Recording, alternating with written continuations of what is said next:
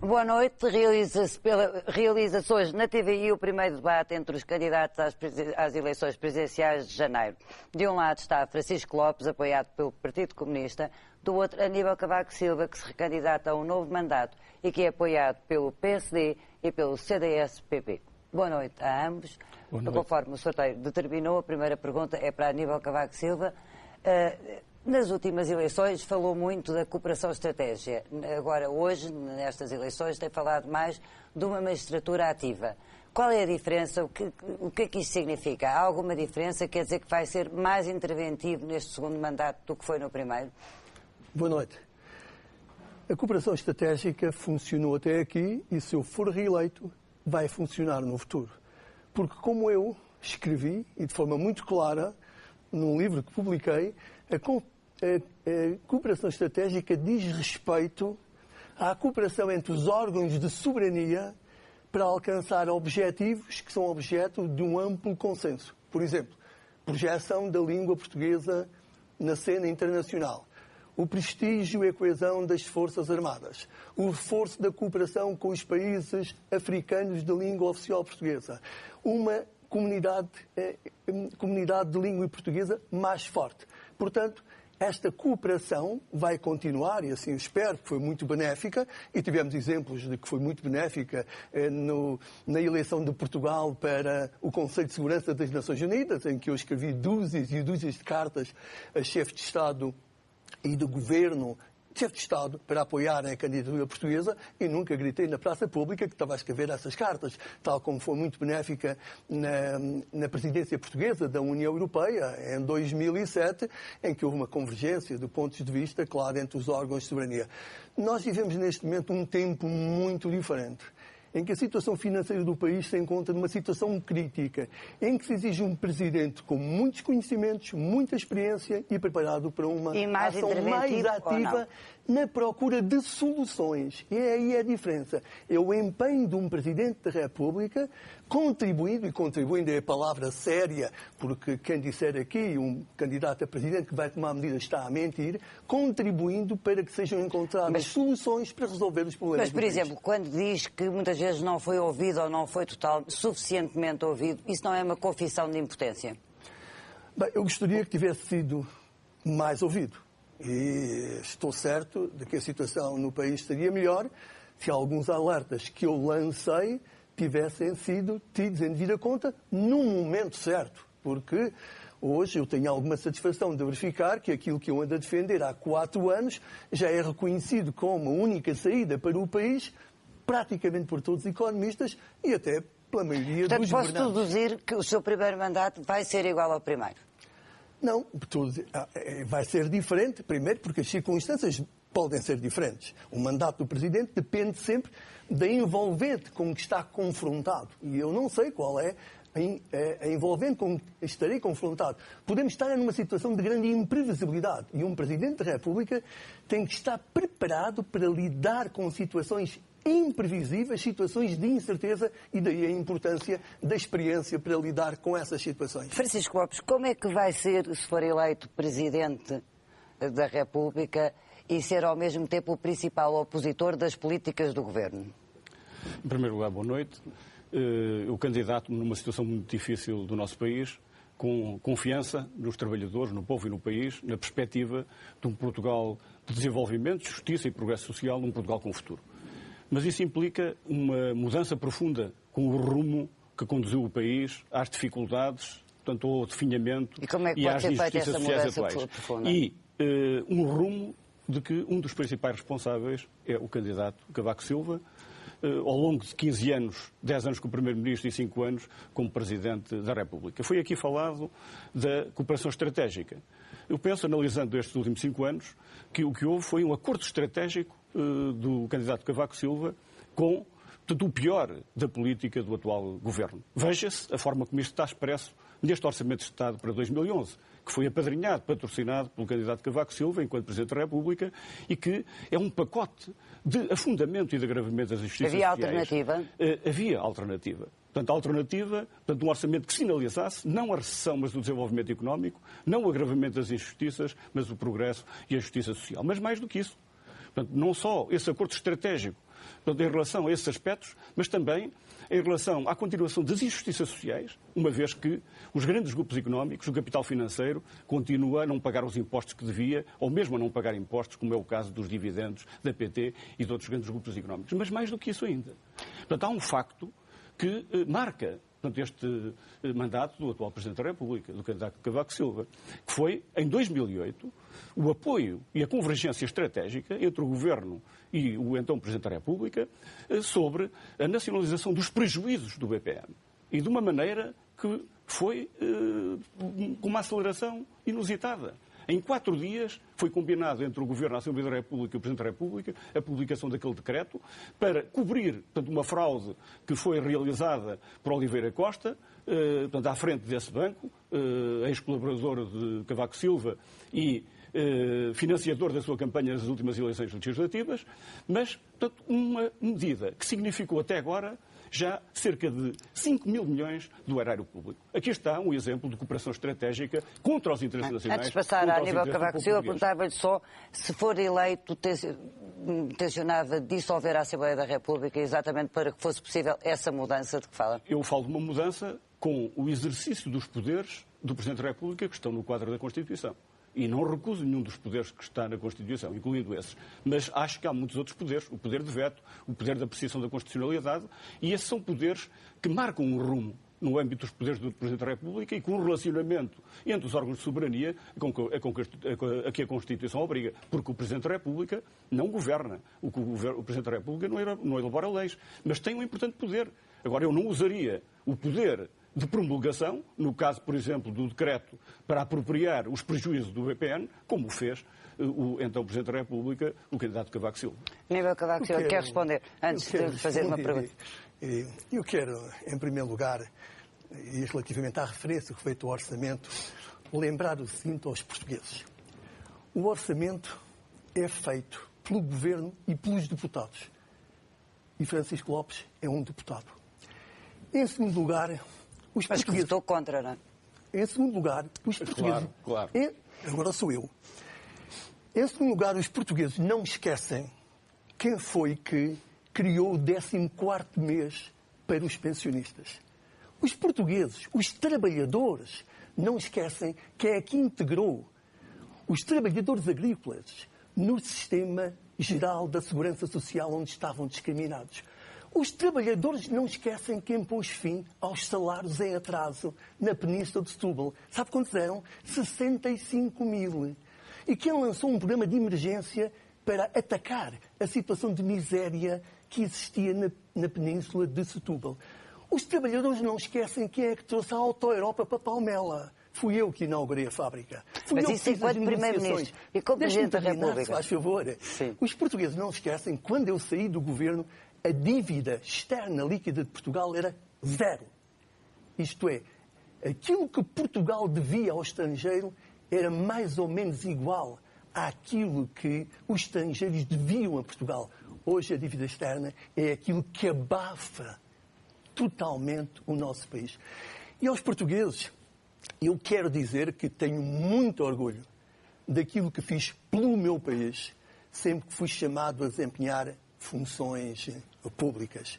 E agora, o que eu faço acima de tudo é tentar conduzir o país para uma linha de rumo através da minha magistratura ativa que permita resolver os dois grandes problemas que Portugal enfrenta, que é o desemprego e é o endividamento externo.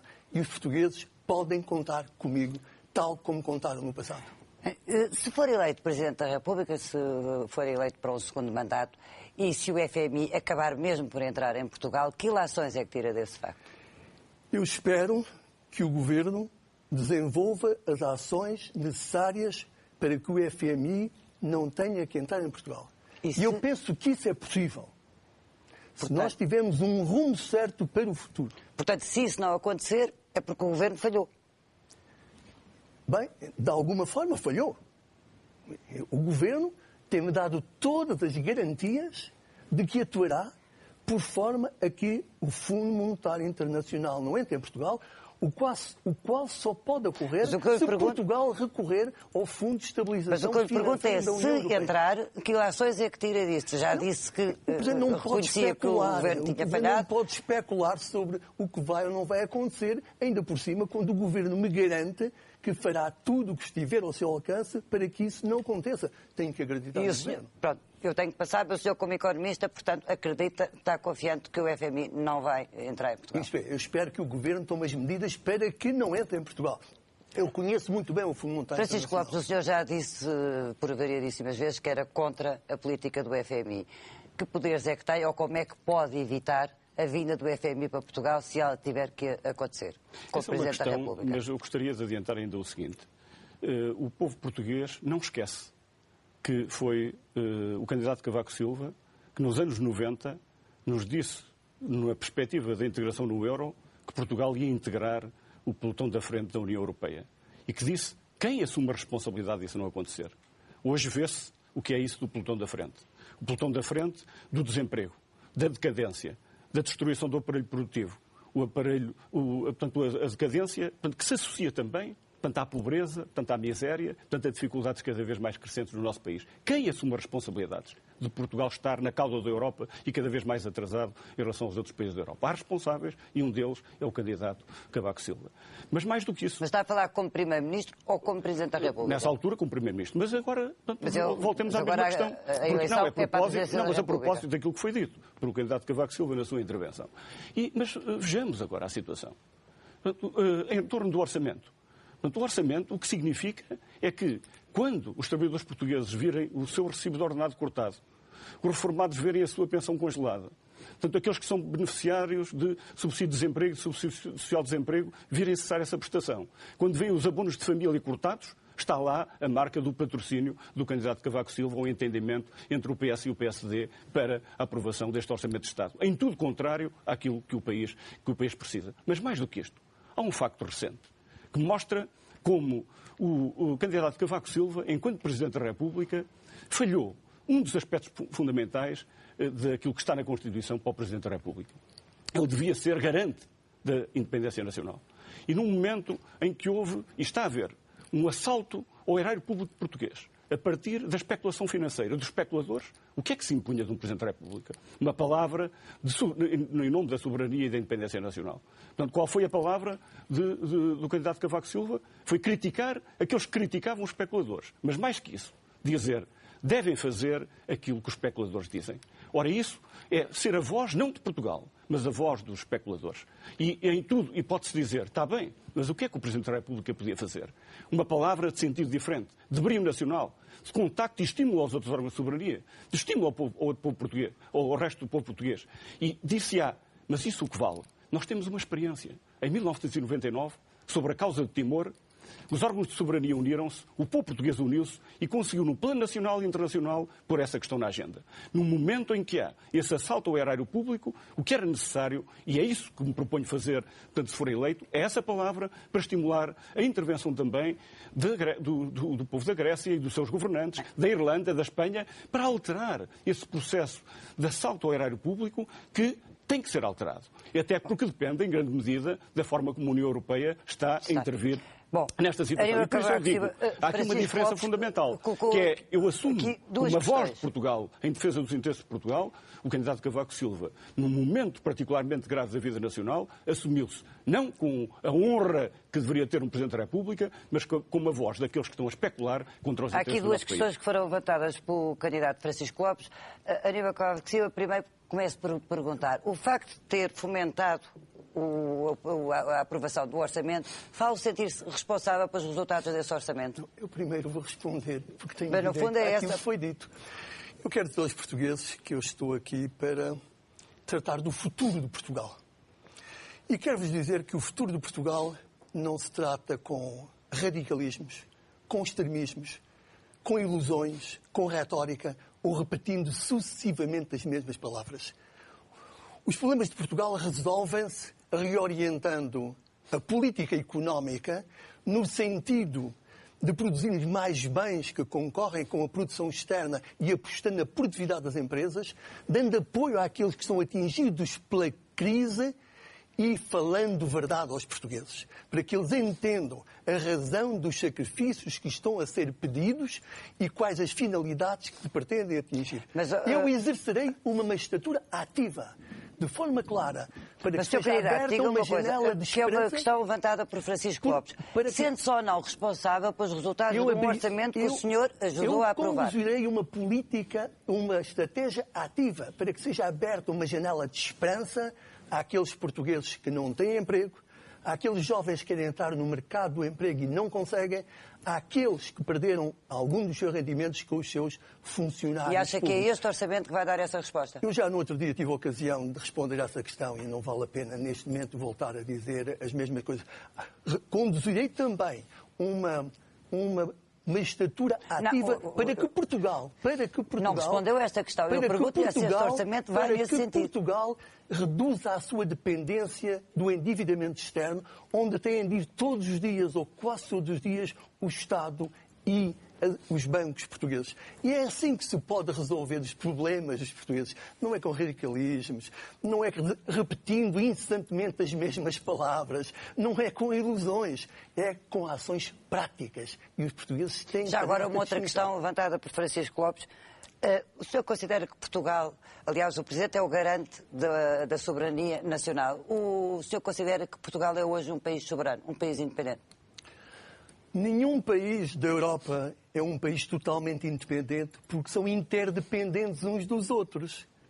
Basta pensar o volume de exportações de uns para os outros, basta pensar a dependência que cada um tem daquilo que acontece nos outros para mostrar que somos todos interdependentes. Mas uns mais do que outros, ou não? Uns mais do que outros. E depois, na própria União Europeia, há uma partilha de soberania para atingir um bem comum. Bem, falou numa coisa sobre os mercados externos que eu não posso deixar de referir. É porque o senhor deputado devia ouvir o que disse o governador do Banco de Portugal. É que o Banco de Portugal foi muito claro, disse o mesmo que eu disse. Aqueles que aqui insultam os mercados internacionais estão a prejudicar seriamente o país. Porquê é que os mercados internacionais pensam? Eles estão-nos a insultar, é porque não querem fazer o trabalho de casa, não querem fazer aquilo que lhes compete. E então o que é que fazem? Sobem a taxa de juro, os bancos aqui também aumentam os juros e depois criam mais desemprego. O governador do Banco de Portugal, o senhor devia ter ouvido o governo de Portugal. Quando o senhor diz isso, se alguém o ouvisse lá fora, significava que estava a lançar mais trabalhadores no desemprego. Isso eu não faço. Mas isto é, quem não sabe utilizar a palavra de forma moderada, principalmente quando trata de relações com outros países, arrisca-se, de facto, a prejudicar seriamente o seu país, como o governador do Banco de Portugal disse de forma inequívoca. Se não me quer ouvir a mim, ouça o governador do Banco de Portugal, que sabe muito, muito mais do que todos esses políticos que andam a falar de mercados. Francisco Lopes, tendo um sistema económico onde não existam mercados? Não. Não há maior radicalismo e ilusão do que aceitar a chantagem sobre as finanças e o país. Não há maior radicalismo do que dos mercados e dos especuladores. Não há maior radicalismo do que abdicar dos interesses nacionais. Uma coisa é a interdependência entre os povos e as nações. Outra coisa é Portugal e os seus órgãos de soberania abdicarem da capacidade de decisão soberana de Portugal e do povo português para dirigir e decidir sobre o seu próprio destino, sobre o seu próprio desenvolvimento. Mas não é verdade que se não fizermos o trabalho de casa, não temos forma... Mas que trabalho de casa é esse? Aí é que está o problema. Portanto, o candidato Cavaco Silva assumiu isso. Os mercados disseram isso. E o candidato Cavaco Silva diz-nos, façam o que os mercados dizem. E o que os mercados senhor não acha que seja preciso diminuir o déficit? Não, o que eu acho que é preciso é aumentar a produção nacional, diminuir as importações, aumentar as exportações, distribuir melhor a riqueza. E isso é tudo o contrário que este orçamento faz. Este orçamento, patrocinado pelo candidato Cavaco Silva, vai agravar todos esses problemas. Aliás, qual foi o grande argumento para a chantagem relativamente à aprovação do orçamento? O que tinha que ser era que continuava a especulação. Mas a especulação não continuou. Não há hoje mesmo uma agência de rating que vem dizer que vai descer a cotação de Portugal. Porquê? Agora já não é o déficit, agora são as consequências das medidas do orçamento. Isto só mostra que é necessário não ceder à chantagem, mas afirmar o brio nacional, a soberania nacional para o desenvolvimento. É isso que me proponho fazer, essa é que é uma questão essencial. Com um instrumento, desde logo, da palavra. Dizendo uma palavra diferente e oposta àquela que o candidato Cavaco Silva disse nesse momento. E acha que essa palavra convence os mercados? Essa palavra não é o problema de convencer os mercados. Os mercados não são convencidos. Aos mercados impõe-se portanto, condições também. Porque nós não estamos sem nenhuma arma. Portanto, eles também estão dependentes de nós, também estão dependentes dos países que devem. Se cada país não se isolar em si próprio, portanto, a Espanha, Portugal, Grécia, Irlanda e tantos outros na Europa... E com forças políticas vai fazer isso? O senhor está-se a candidatar à presidência da República, vai ter que governar com um governo PS, PSD, neste momento um governo PS, veremos, que não partilha dessas suas opiniões. Com o governo que o povo português entender no quadro dos resultados eleitorais. Agora, o que faz a diferença em relação às eleições presidenciais é se na presidência da República está alguém que é a voz de Portugal e que suscita aos outros órgãos de soberania essa intervenção, ou se assume como uma voz dos mercados, abdicando dos interesses nacionais. Essa é uma questão fundamental. E depois, em relação às questões do orçamento, o candidato Cavaco Silva, num debate anterior, disse que ainda não tinha recebido o orçamento e que ia ver. Espero que não se esteja a preparar mais um ato de dissimulação, que é, por um lado, vangloriar-se de que foi aquele que criou condições para o orçamento ser aprovado. E agora, quando se estão a ver as condições desastrosas, portanto, que este orçamento vai tirar para o país, estar a preparar uma qualquer declaração ou mensagem à Assembleia da República a par da promulgação do orçamento. Portanto, não há nada que possa eliminar as responsabilidades que o candidato Cavaco Silva tem neste orçamento de afundamento do país e de agravamento das injustiças e das desigualdades sociais. Aníbal Cavaco Silva já disse que achava que não era a alteração das leis laborais que contribuiu para a resolução dos problemas. Isto quer dizer que considera que a nossa atual legislação é suficientemente flexível? Quem quiser continuar a defender candidatos mais desemprego para os trabalhadores portugueses e mais pobres, novos pobres, pode continuar a defender que nós não devemos ter orçamento e devemos ter uma crise política durante 7 meses, um governo de gestão em que o governo não pode tomar decisões. Não é essa a minha posição. Isso era o caso do orçamento não ter sido aprovado. Os portugueses sabem claramente a minha posição. Eu considero uma pessoa responsável. Não quero lançar mais portugueses para o desemprego e mais novos pobres. Mas o problema em relação aos mercados externos, bem, quem não quiser ouvir o Governador do Banco de Portugal, não ouça, mas é lá com ele, não é comigo. Portanto, ele é muito claro quanto ao prejuízo para a economia nacional que se resulta de alguém insultar os mercados financeiros internacionais. Felizmente que essa voz não passa da fronteira. Eu tenho que ter um certo cuidado. Deus nos livre de Presidente da República que não mede as palavras que usa. Deus nos livre. Mas agora estava-lhe a perguntar pela legislação laboral. O senhor já disse que cumpria a Constituição tem inscrito a justa causa, mas há um processo de revisão constitucional em curso e alguns partidos defendem mesmo a remoção da justa causa. Qual é a sua opinião sobre esse assunto? O senhor acha que a justa causa se deve ou não manter na Constituição? Sabe, eu sou candidato, mas não deixo de ser Presidente da República. E eu sei que a Constituição, a revisão da Constituição é a única lei que o Presidente da República não pode deixar de promulgar. E entendo que o Presidente da República não pode entrar na luta partidária da revisão constitucional. É uma matéria dos partidos e se ele entrasse, ele não mais era um moderador da vida nacional. Ele não mais era a válvula do último recurso em caso de crise. Ele não mais era o garante da unidade nacional. Mas para resolver os problemas portugueses, nós temos que ser capazes de resolver o problema do flagelo do desemprego. E eu proponho-me desenvolver uma magistratura ativa para dar o meu contributo, repito, contributo é a forma séria de se poder referir num debate sobre presidenciais, o meu contributo para que tão rapidamente quanto possível ocorra uma recuperação económica e se comece a criar emprego. Há soluções.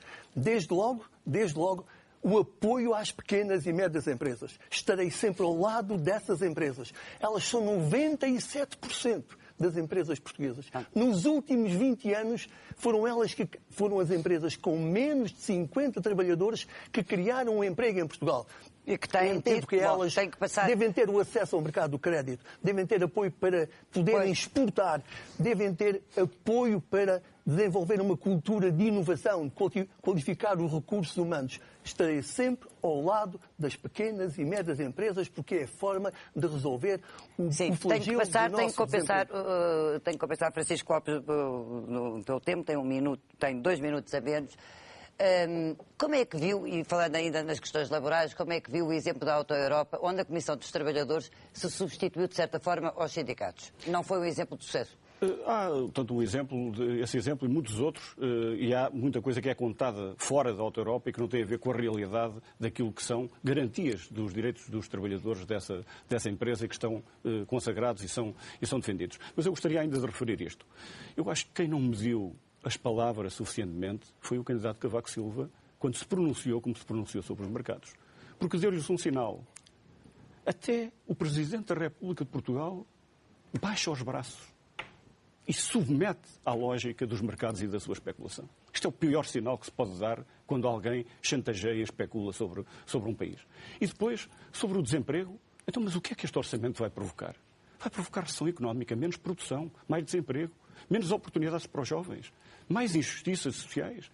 Que PMEs estão a ir à falência às dezenas de milhares.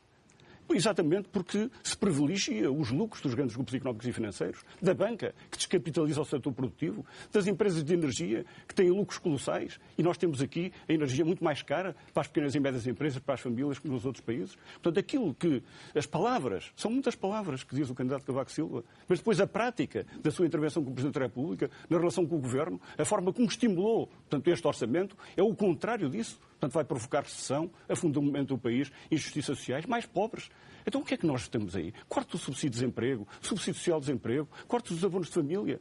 É uma geração de pobreza. São milhões de portugueses que vão ficar mais pobres, com menos salários, enquanto os lucros dos grandes grupos económicos aumentam. E, aliás, essa é uma outra crítica que eu tenho a estes 5 anos de mandato do candidato Cavaco Silva na presidência da República. Portanto, ele não aplicou um dos princípios essenciais da Constituição, que é a subordinação do poder económico ao poder político. O poder económico hoje assume... Não é só o Governo. É uma função também do Presidente da República em relação, portanto, à Constituição. Mas quero ainda adiantar um outro aspecto, que é relativamente, portanto, às funções do Presidente da República como Comandante Supremo das Forças Armadas.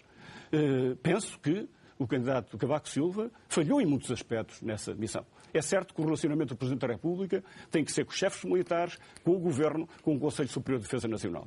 Mas quando os militares estão a ser sujeitos, portanto, a um ataque como todos os trabalhadores, mas também atacados na sua condição específica, é inaceitável que em 5 anos o candidato Cavaco Silva não tenha tido tempo para receber as associações militares. Nós chegamos assim ao fim do debate.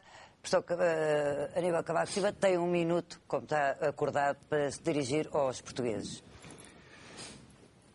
A eleição do próximo dia 23 de janeiro é um momento decisivo para o nosso país.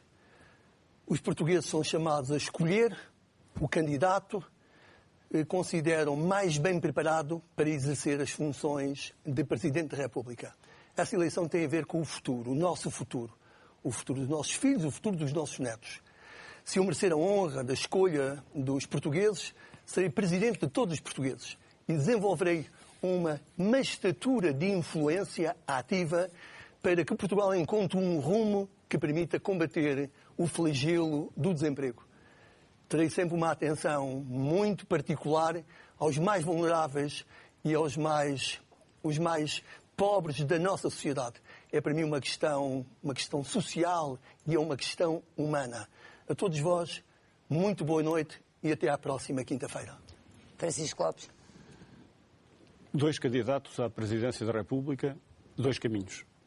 A candidatura de Cavaco Silva significa o arrastamento do país para o atoleiro das dificuldades, da decadência, da dependência, do desemprego, da pobreza.